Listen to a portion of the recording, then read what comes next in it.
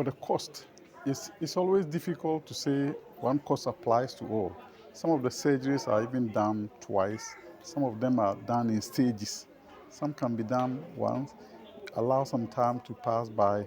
Wound heals, you get more tissue before you can even close it. So sometimes you have to go 2-3 times before getting it done. Especially the spinal bifida is very close to where the passage of stools is. So most of them, these are children.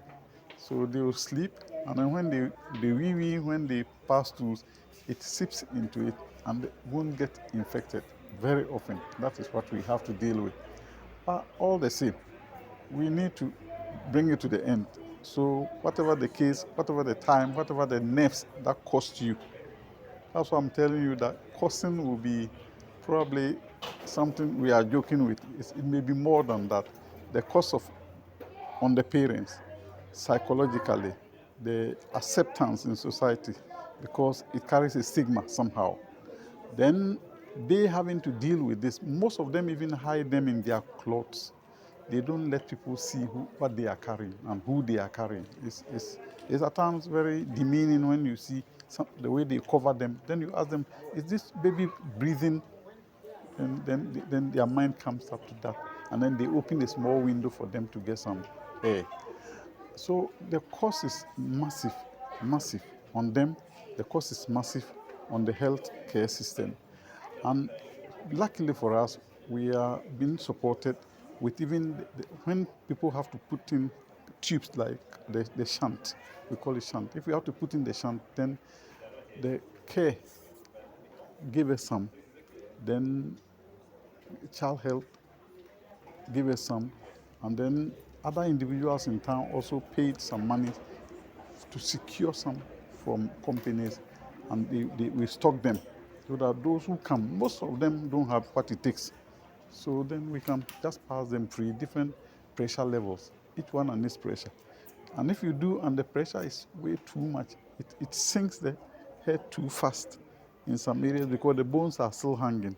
So you may have to go back and change that one into a medium pressure tube, or even other high pressure. The high pressure doesn't flow fast. The low pressure allows more flow. So you may have to even change that particular part of the tube and fixing another one. And because of the infections from children, they will be scratching when there's anything. They don't know where they are lying. They can't be bothered. Infection means nothing to them anyway. So they will move about. They will run around with these wounds on them. When you will be tapping and trying to walk, straighten yourself up, they will be running around that same day that the surgery is done for them. They are not held back. So it's very difficult in getting even people to monitor them, follow them up, even on the ward. I mean, the nurses have a lot on their hands, many kids around, and they still have to make sure they get their eyes on these children so that the wounds don't even get infected. Because when it gets infected, it means go to the lab again, get the organism, get the right antibiotic. And these are usually very expensive antibiotics, beyond reach. And even on that aspect, we get some people who come in from time to time to come and support us with monies to get these antibiotics. Or we just write them, and some people come and, oh, give me the prescription. I want to buy drugs for people like this. They come in and tell you.